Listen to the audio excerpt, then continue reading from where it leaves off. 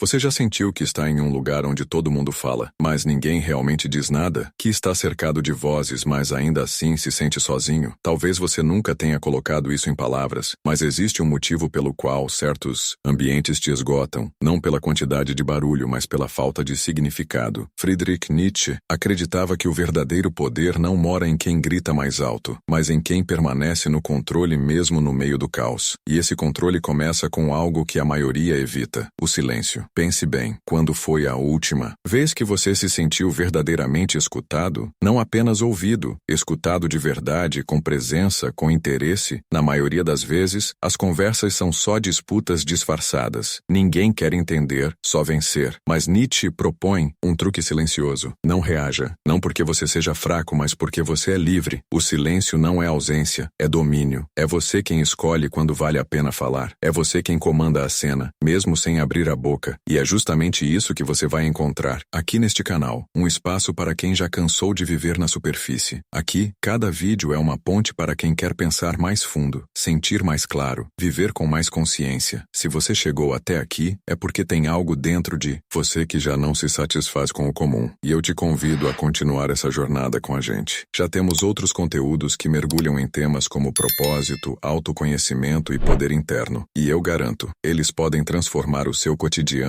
de formas que você ainda nem imagina. Se identificou? Então respira fundo, segura essa energia e vamos juntos. Desde cedo você percebe que algo não se encaixa. Enquanto todos parecem se divertir com coisas simples, rir de piadas repetidas ou mergulhar em conversas rasas, você se pega perguntando: por quê? Por que agem assim? Por que dizem uma coisa e fazem outra? É como se você estivesse assistindo ao teatro da vida de fora do palco e a plateia parece não notar que tudo é encenação. Esse sentimento não é raro entre os que possuem uma mente mais questionadora. Arthur Schopenhauer dizia que a verdadeira inteligência não traz aclamação, ela traz isolamento. Quanto mais fundo você enxerga, mais distante se sente, porque a maioria das pessoas não está em busca da verdade, elas querem conforto, e o pensamento profundo ameaça esse conforto. É desconcertante, é disruptivo. Você percebe isso quando começa a esconder o que pensa, moderar o que sente, fingir que não viu o que viu. E isso te custa caro, porque aos poucos você vai se apagando. Você começa a se sentir invisível, até mesmo entre aqueles que mais ama. Não porque seja arrogante, mas porque está exausto de não ser compreendido. O mundo não te preparou para isso. Ele te ensinou a se destacar, mas não a suportar a dor de ser diferente. E é aí que começa o verdadeiro desafio: manter sua lucidez em um mundo que premia a ignorância e castiga a profundidade. Não é sobre ser melhor, é sobre ser honesto com aquilo que você vê, mesmo que ninguém mais veja. Porque pensar dói, mas fingir que não pensa dói ainda mais. Você já reparou como o mundo elogia a inteligência, mas só até certo ponto? A sociedade aplaude o gênio desde que ele não questione o sistema, desde que ele traga soluções, mas não exponha as mentiras, desde que ele inove, mas sem incomodar. Mas quando alguém pensa demais, sente demais e fala verdades que ninguém quer ouvir, a admiração se transforma em desconforto, em rejeição. Schopenhauer chamava isso de a resistência do rebanho. A maioria das pessoas não está interessada em enxergar com clareza. Elas querem seguir o fluxo, manter a ilusão, preservar a paz frágil do conformismo. Então, quando você ousa dizer isso não faz sentido, o grupo sente-se ameaçado, porque a sua lucidez revela as contradições que todos fingiam não ver. E isso não é um exagero, é um padrão. O aluno que pergunta demais na escola é taxado como rebelde. O profissional que questiona o processo é chamado de complicado. A pessoa que prefere o silêncio ao teatro social é vista como fria, mas na verdade, essas são tentativas de proteger a zona de conforto coletiva, porque mentes independentes não são apenas raras, elas são perigosas. Elas mostram que outra forma de viver é possível, e isso assusta. A inteligência verdadeira, aquela que observa, confronta e não se curva, acaba pagando o preço de sua liberdade, o preço da exclusão, do isolamento. Mas como Schopenhauer nos lembra, essa dor não é punição, é prova